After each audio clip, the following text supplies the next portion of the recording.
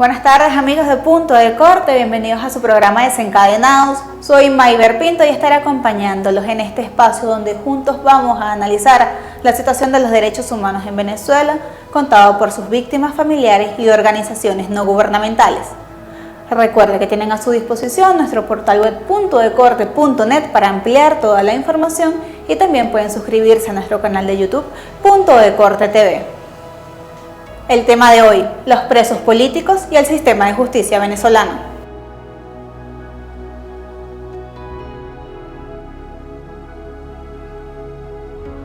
Diversas organizaciones no gubernamentales estiman que al menos 200 personas están privadas de su libertad por razones políticas. Muchas de ellas incluso han muerto en las cárceles sin que se les cumpla el debido proceso. Veamos de qué se trata.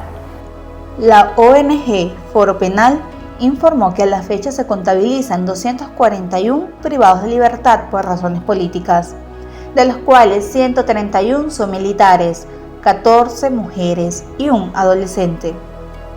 Además, al menos 11 presos políticos han fallecido bajo custodia de la administración de Nicolás Maduro desde el año 2014 hasta octubre de 2021. La primera muerte documentada fue la de Rodolfo González Martínez, mejor conocido como el Aviador. Martínez fue detenido en las manifestaciones antigubernamentales de 2014. El 12 de marzo de 2015, González Martínez se ahorcó en la celda de la sede principal del Servicio Bolivariano de Inteligencia Nacional. Además de la muerte de González Martínez, se suman otros decesos, entre ellos la de los concejales Fernando Albán y Carlos Andrés García, el expresidente de Citgo Nelson Martínez, el capitán Rafael Acosta Arévalo, el teniente del ejército Rafael Arreaza Soto, también Pedro Santana Carballo, Salvador Franco, Gabriel Medina, Virgilio Jiménez y Raúl Isaías Baduel. Este último exministro de Defensa y uno de los hombres más cercanos al presidente fallecido, Hugo Chávez. En su reciente actualización sobre la situación de los derechos humanos en Venezuela, la alta comisionada de las Naciones Unidas, Michelle Bachelet, aseguró que aunque existen avances importantes en las recomendaciones dadas a la administración de Maduro, aún queda mucho para garantizar a los privados de libertad el debido proceso. Bachelet denunció que más de 10 personas fueron privadas de su libertad de manera arbitraria en el país. Algunas iniciativas de reforma abren oportunidades para la implementación de importantes recomendaciones de derechos humanos. La reforma del sistema de justicia y la reestructuración de la Policía Nacional son pasos prometedores, en particular la prohibición del enjuiciamiento de civiles por tribunales militares, así como las medidas para hacer frente al hacinamiento en los centros de detención preventiva y disolver la Fuerza de Acción Especial, las cuales están en consonancia con las recomendaciones anteriores y pueden conducir a una transformación institucional significativa. La alta comisionada de las Naciones Unidas reportó 24 casos de estigmatización de personas defensoras de derechos humanos, periodistas y otros miembros de la sociedad civil por parte de agentes estatales desde su última actualización. Ahora vamos a conocer qué es lo que dispone la Declaración Universal de los Derechos Humanos sobre el tema. Según el artículo 2 de la Declaración Universal de los Derechos Humanos, destaca que toda persona tiene todos los derechos y libertades proclamados en esta declaración, sin distinción alguna de raza, color, sexo, idioma, religión, opinión política o de cualquier otra índole, origen nacional o social, posición económica, nacimiento o cualquier otra condición. Además, no se hará distinción alguna fundada en la condición política, jurídica o internacional del país o territorio de cuya jurisdicción dependerá una persona, tanto si se trata de un país independiente como de un territorio bajo administración fiduciaria, no autónomo o sometido a cualquier otra limitación de soberanía. También dice en su artículo 8 que toda persona tiene derecho a un recurso efectivo ante los tribunales nacionales competentes, que la ampare contra actos que violen sus derechos fundamentales reconocidos por la Constitución o por la ley. Asimismo reza en su artículo 9 que nadie podrá ser arbitrariamente detenido, preso ni desterrado. Igualmente en su artículo 10 resalta que toda persona tiene derecho en condiciones de plena igualdad a ser oída públicamente y con justicia por un tribunal independiente e imparcial, para la determinación de sus derechos y obligaciones o para el examen de cualquier acusación contra ella en materia penal. Finalmente tenemos que en el artículo 12 reza que nadie será objeto de injerencias arbitrarias en su vida privada, su familia, su domicilio o su correspondencia, ni de ataques a su honra o su reputación. Toda persona tiene derecho a la protección de la ley contra tales injerencias o ataques. Está con nosotros Liliana Camejo, ella es directora de la ONG Justicia Venezolana. Muchas gracias por estar con nosotros, señora Camejo. Gracias a usted por la invitación. Tenemos que preguntarle inicialmente si tiene alguna actualización de las cifras de presos políticos militares actualmente en Venezuela.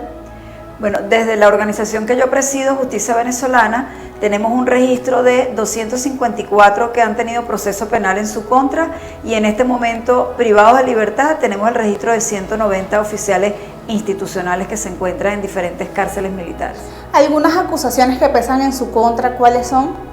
Generalmente los delitos con que ellos son presentados es instigación a la rebelión, rebelión militar, traición a la patria, sustracción de efectos pertenecientes a la Fuerza Armada, instigación a la rebelión, entre otros. Básicamente son presentados con estos delitos y luego que se realizan las investigaciones correspondientes antes de la audiencia preliminar, muchos de estos delitos como traición a la patria y rebelión militar son desestimados, pero continúa el proceso con los otro tipo de delitos con menos penas establecidas en el Código Orgánico de Justicia Militar. ¿Cómo nos puede decir cómo ha sido el proceso de justicia venezolana? ¿Existe un retardo procesal en relación a estas imputaciones o estas acusaciones que pesan en contra de estas personas? Sí, nosotros llevamos el monitoreo de lo que es la justicia penal en Venezuela. Tenemos una matriz de seguimiento de los casos que nos da una estadística de un retardo procesal significativo, como por ejemplo la audiencia de presentación que se debe realizar en el lapso de 48 horas tiene un retardo procesal de alrededor de 19 días.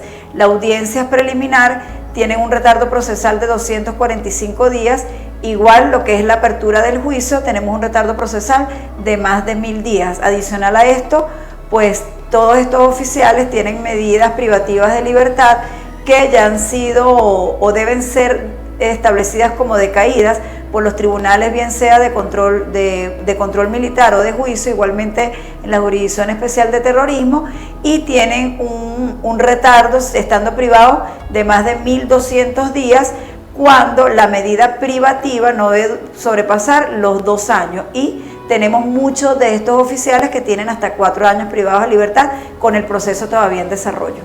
En esta violación que comenta de lo que es el debido proceso a la justicia y también el derecho de una presentación y una protección a estas personas, ¿existen algunas medidas que han planteado ante la comunidad internacional, alguna protección para estas personas? ¿Cuál es su estado de salud? ¿Qué nos puede comentar de esto?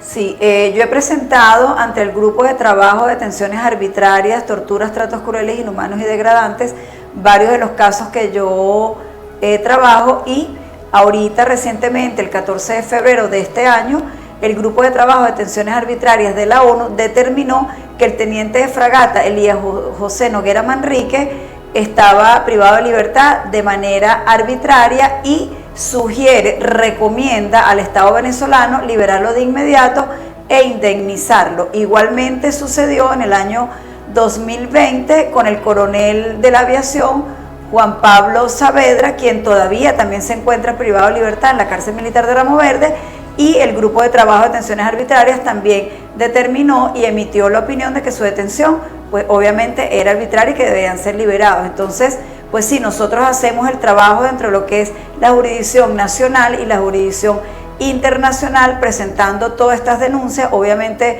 todo esto va soportado y sustentado con documentación de todo el proceso que aquí se viene desarrollando, y bueno, realmente es satisfactorio que este grupo de trabajo haya determinado que estas detenciones son arbitrarias. Igualmente tengo otros casos que están en estudio dentro del grupo de trabajo de la ONU y esperamos que la decisión sea igualmente favorable para estos otros 2 oficiales. ¿Bajo qué argumentos se produjo la detención de estas personas y cuáles son los elementos que determinaron que estas detenciones fueron arbitrarias, por lo menos para la comunidad internacional? Lo que pasa es que cuando son presentados ante los diferentes tribunales de control militares o Jurisdicción Especial de Terrorismo, pues no hay pruebas realmente contundentes, elementos de convicción que puedan determinar que se justifica la detención. Sin embargo, el proceso sigue. En la investigación realmente son investigaciones muy pobres por parte de los fiscales del Ministerio Público, bien sea militar o fiscales de la jurisdicción penal ordinaria, y sin embargo estas personas siguen privadas de libertad. En muchos de los casos lo que aparece es simplemente un rumor, pero no hay pruebas realmente contundentes, como es el caso de los comandantes de los batallones blindados del Ejército, donde la prueba madre, por llamarlo de alguna manera, era un supuesto video que supuestamente ellos habían grabado y la fiscalía jamás presentó el video, y sin embargo varios de ellos fueron condenados en juicio, caso que tenemos también esperando por la apelación que presentamos, y igual en otros casos hemos presentado inclusive abocamientos solicitados ante la Sala Constitucional del Tribunal Supremo de Justicia. Todos estos recursos están en proceso y estamos esperando respuesta de ellos. Son reiteradas las denuncias de los hacinamientos que existen en las cárceles. ¿Qué nos puede decir de la salud de estas personas? ¿Cómo está su estado de salud? ¿Han podido comunicarse con sus familiares? ¿Cómo ha sido este aspecto para ellos? Bueno, el problema de la comunicación se presenta básicamente en el momento de la detención. Pasan muchos días que ni los familiares ni los abogados que ejercemos la defensa de ellos o que somos designados por sus familiares, pues no sabemos el paradero. Ya después que son presentados ante el Tribunal de Control, obviamente esta intensidad baja un poco, los familiares tienen en algunos casos visitas, hay en otros casos donde las visitas realmente se tornan demasiado largo el tiempo para que pueda tanto el abogado como el familiar poder tener acceso a los oficiales. Ahora, me hablabas del tema de la salud. Obviamente la salud de todos estos oficiales se ha visto muy mermada, muchos sufren y han empezado a padecer lo que es la hipertensión, problemas en la columna, problemas en la visión, problemas en la piel. Hay algunas personas que son trasladadas al hospital militar, en muchos de los casos se piden los traslados a médicos privados, especialistas, para que pueda realmente mejorar el tema de la salud de estos oficiales. Pero si reciben la debida atención médica. En algunos casos sí, en otros casos es mucho más lento el proceso de que puedan hacerse los traslados a los diferentes médicos, pero básicamente en los casos que se están llevando por la Corte Marcial, por los tribunales militares, es mucho más fácil el trámite de que sean ellos atendidos en el hospital militar, quizás porque es su misma jurisdicción y su mismo esquema militar, por llamarlo de alguna manera. En los tribunales con competencia en terrorismo es un poco más lento el proceso, pero en esto de un tiempo para acá, creo que producto del tema de las denuncias que se han realizado en la jurisdicción internacional, esto ha mejorado un poco. Realmente tengo que ser honesta en decir que sí ha mejorado un poco el tema de los traslados. Estamos en un contexto venezolano político complejo. Recientemente recibimos la visita de una misión de alto nivel de Estados Unidos que se reunió con Nicolás Maduro, en donde se acordó la liberación de por lo menos 2 de los 6 directivos de Citgo que estaban privados de libertad. ¿Cree que esto pueda labrar el camino para la liberación de otros presos políticos, entendiendo que ya se habló de un reformateo, la palabra que utilizó el oficialismo para referirse al diálogo entre el gobierno y la oposición? Bueno, desde Justicia Venezolana venimos solicitando, desde que se iniciaron las conversaciones o el diálogo en México, que el primer punto, como punto de honor, debe ser la liberación de los presos políticos militares, tanto militares como civiles. Creo que en cualquier mesa de negociación que se vaya a realizar, este es un tema que se debe tocar con prioridad, porque realmente son procesos que han venido siendo injustos, donde las personas privadas de libertad han sufrido estas detenciones y mermado su estado de salud, y los familiares obviamente también vienen sufriendo de igual manera o peor la detención de su familiar. ¿Cómo ha sido el sistema de justicia venezolano? ¿Cree que ha habido avances en los procesos que se le siguen, o por el contrario ha habido retrocesos en los últimos años para la imputación o para las acusaciones a estas personas? Bueno, fíjate que el año pasado, el 17 de septiembre del 2021, se realizaron 2 reformas importantes, entre otras reformas de leyes que realizaron acá en el país, que fue la reforma del Código Orgánico Procesal Penal y el Código Orgánico de Justicia Militar. En el Código Orgánico de Justicia Militar se reformó el artículo número 6, donde se estableció lo que veníamos denunciando desde hace muchos años y que está establecido adicionalmente en la Constitución de nuestro país, que es que no se podían juzgar en tribunales militares civiles. Recuerda que en el año 2017 fueron juzgados en el país, en la jurisdicción penal militar, alrededor de 700 civiles. Después eso se quiso subsanar y fueron emigrando algunos de estos expedientes a la jurisdicción penal ordinaria, pero bien, en esta última reforma pues celebramos que esto nos haya dado la razón, por llamarlo de alguna manera, y estos expedientes fueron migrados a la jurisdicción penal ordinaria. Ahora bien, se reformó también en el Código Orgánico de Justicia Militar el artículo 128, donde establecía que los casos mixtos, donde hubiesen militares y civiles, migraran también a la jurisdicción penal ordinaria. En este punto es en el cual yo no estoy de acuerdo, por cuanto los militares, entonces, ahora están siendo juzgados en la jurisdicción ordinaria y en los tribunales especiales de terrorismo, cuando ellos deben ser siendo juzgados por sus jueces naturales, que serían los tribunales militares que se encuentran o constituyen y forman parte de lo que es la Corte Marcial en Venezuela. Entonces, ¿qué es lo que se debe hacer? ¿Cuáles son los pasos que se deben seguir? Bueno, en la reforma del Código Orgánico Procesal Penal sí hubo unos avances, por cuanto se redujeron unos lapsos. Esto está bien. En ese código, pues obviamente la reforma consideramos que ha sido positiva. En el punto en el cual no estoy de acuerdo es en el tema de migrar los casos donde hay militares presuntamente involucrados en algún proceso a la justicia penal ordinaria, porque el código establece muy claramente, y la Constitución, que los militares pueden ser juzgados en los tribunales ordinarios si hubiesen cometido delitos comunes o delitos de lesa humanidad. Entonces, los casos que se estaban llevando por los tribunales militares por delitos políticos, como son la traición, la rebelión militar, pues obviamente no deben estar siendo juzgados en la jurisdicción penal ordinaria, y todo esto nos ha generado un retardo procesal muchísimo mayor al que ya venimos sufriendo. ¿Qué se debe hacer para avanzar y que no suceda ese retardo procesal? ¿Y cómo mejorar el sistema de justicia venezolano? Bueno, obviamente tienen que cumplir los lapsos, lo que es los jueces deben cumplir los lapsos que están establecidos, bien establecidos y claramente establecidos en el Código Orgánico Procesal Penal. ¿Alguna recomendación que usted tenga, algún llamado a las autoridades en relación a los presos políticos? Sabemos que son más de 200 personas que están privadas de su libertad por razones políticas, pero ¿hay alguna prioridad por cuestiones de salud, por cuestiones humanitarias, de que deben ser liberados de inmediato, entendiendo que obviamente son privados de su libertad de manera injusta, de manera arbitraria, por lo que consideran algunas personas? ¿Qué se debe hacer? Bueno, la recomendación primeramente es que se respete el proceso, se respeten los lapsos, como te decía anteriormente.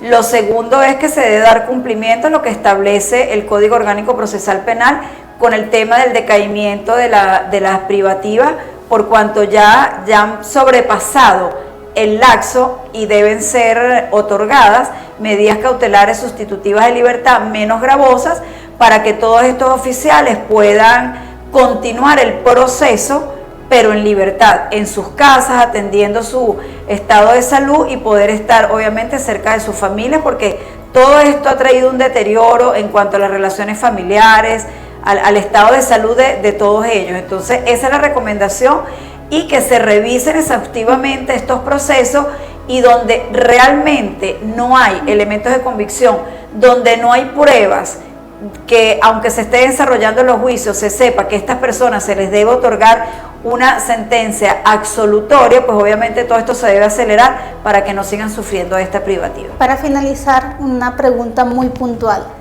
¿Usted cree que en Venezuela hay justicia? Falta todavía para que podamos llegar a decir que realmente se está haciendo justicia en todos estos casos, y sobre todo en el tema de los derechos humanos. En el tema de los derechos humanos nos falta mucho camino por recorrer. Muchas gracias, doctora Camejo. Estábamos conversando con Liliana Camejo. Ella es directora de la ONG Justicia Venezolana. Para analizar el tema de los presos políticos en Venezuela, vamos a conocer el relato de los familiares de las víctimas. Tenemos con nosotros a Rosario Ríos. Ella es esposa del sindicalista de Petróleos de Venezuela, Eudis Girot, quien se encuentra detenido hace más de un año por supuestos casos de corrupción y por exigir el cumplimiento de las convenciones colectivas de la estatal petrolera. Bienvenida, señora Ríos. Gracias, mi reina, a ustedes por la invitación. Un placer de verdad estar con ustedes y dar a conocer cuál es la situación del caso de Eudis y de compañeros trabajadores presos. Muchas gracias por estar con nosotros. Queremos preguntarle inicialmente, ¿qué nos puede decir sobre el caso? ¿Han habido avances? ¿Cómo se desarrolla el proceso? Mira, mi reina, te puedo comentar que los primeros 7 meses fueron muy lentos, ¿verdad? Porque desde la audiencia de presentación hasta la audiencia preliminar pasaron más de 7 meses. Pero a partir de que entramos en fase de juicio, pues se han llevado las audiencias con un poquito de más celeridad.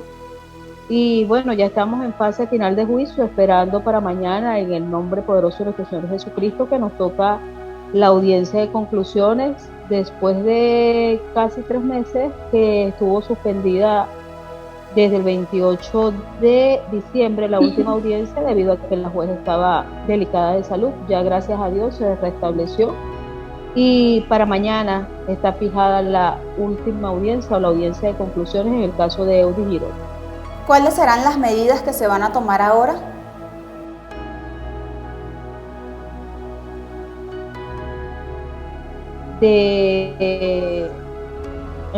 Preliminar, solamente se le notificó que debía pasar a juicio por una llamada y se mantuvieron esos 3 delitos que son delitos comunes, ya no son delitos por terrorismo, pero sigue privado de libertad, y se han desarrollado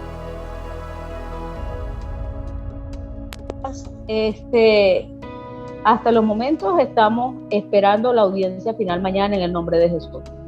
¿Cuáles son sus exigencias ante las autoridades?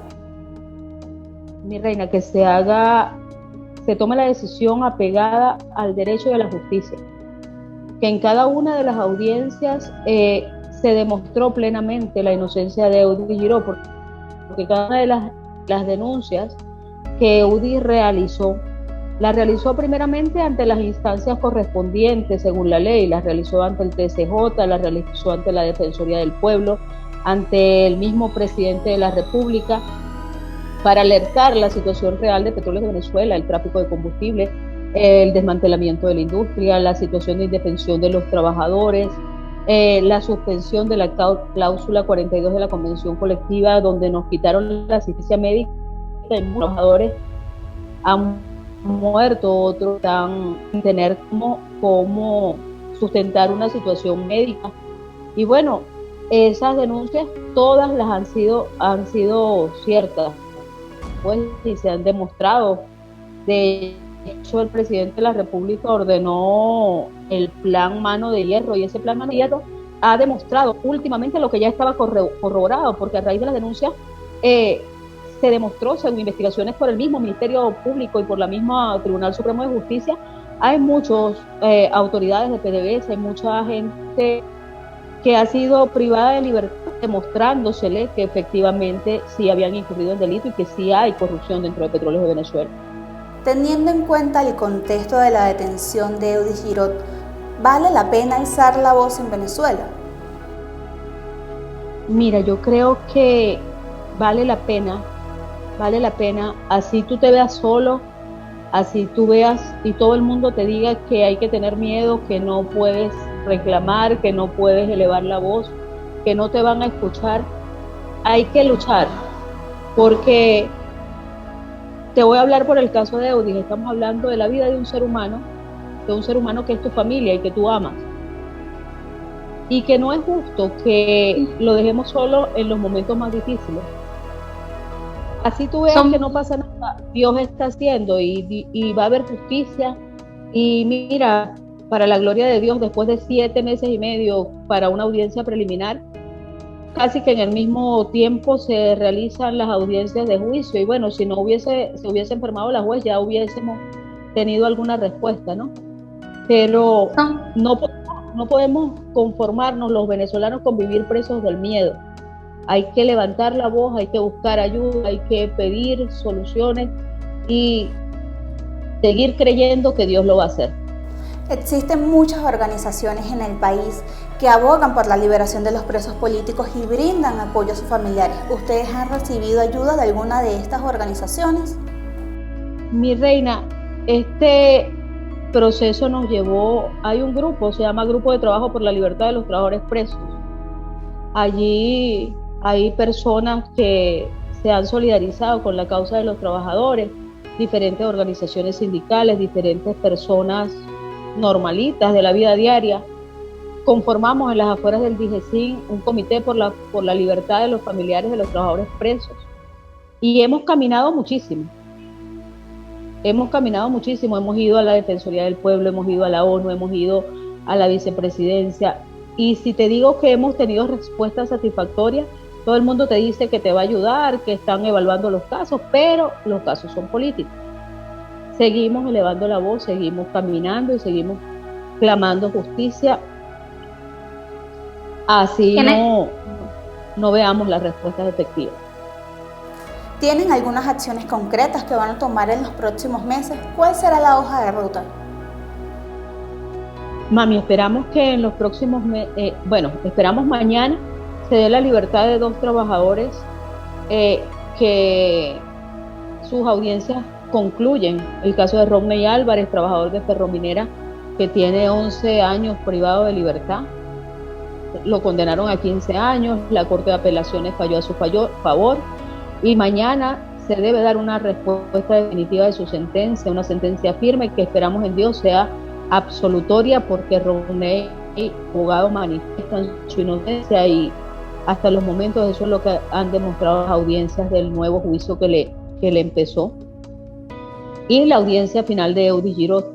Pero siguen trabajadores que están privados de libertad, como es el caso de Guillermo González, Dervis Rodríguez y otro tanto de trabajadores que están privados de libertad. O sea que no termina con Girot y con Rodney, sino que hay que seguir luchando para que se haga justicia en Venezuela, para que se vuelvan los ojos hacia las cárceles y para que cada una de las personas que están privados de libertad tenga un proceso justo, un proceso digno, apegado a las leyes y reinsertados las personas, la mayoría de las personas a esta sociedad y podamos tener un país más justo, más bonito y más humano.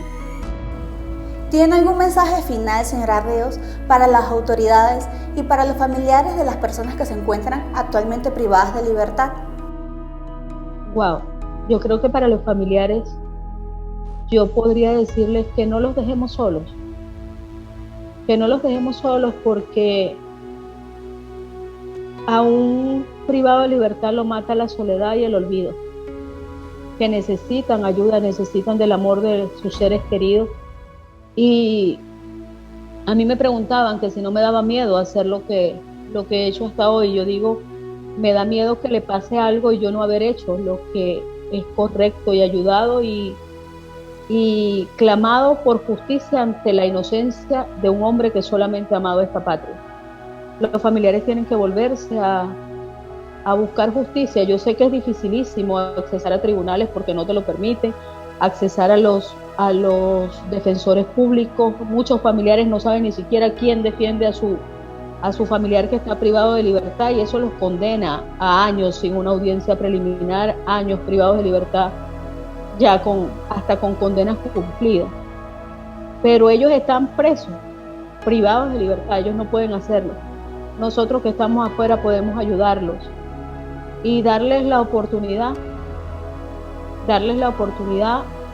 de empezar una vida diferente en el nombre de Jesús. A las autoridades yo les pido justicia. Que se abrieron procesos de investigación que se lleven a cabo apegados a derechos, que se lleven a cabo apegados a la justicia, que los jueces puedan decidir con libertad y otorgar según lo que dice la ley, no según lo que dice el hombre. Al presidente Nicolás Maduro, por este medio le vuelvo a pedir, presidente, escucha a los trabajadores. Yo tengo más de año y medio que Eudis está privado de libertad pidiéndole una audiencia y hoy se la vuelvo a pedir. Presidente, abra las puertas y escuche, así como se abre el diálogo para afuera, abra el diálogo para adentro y escuche a los familiares de los trabajadores que están injustamente privados por libertad de libertad por denunciar la corrupción y esa mafia que usted está enfrentando. Pues hay muchos trabajadores que están privados de libertad injustamente. Yo pido justicia y declaro en el nombre poderoso de nuestro Señor Jesucristo que aquí en Venezuela vamos a ser escuchados y vamos a tener el país que todos los venezolanos nos merecemos. Muchas gracias, señora Ríos. Estábamos conversando con Rosario Ríos. Ella es esposa del sindicalista Eudis Girot, quien se encuentra privado de libertad hace más de un año por exigir el cumplimiento de las convenciones colectivas y denunciar posibles casos de corrupción en la estatal petrolera. Gracias, mi amor, muchísimas gracias y Dios te bendiga y Dios te guarde. Amén. Y así culminamos el programa por el día de hoy, agradeciéndoles que nos hayan sintonizado e invitándolos a que nos acompañen en una próxima oportunidad.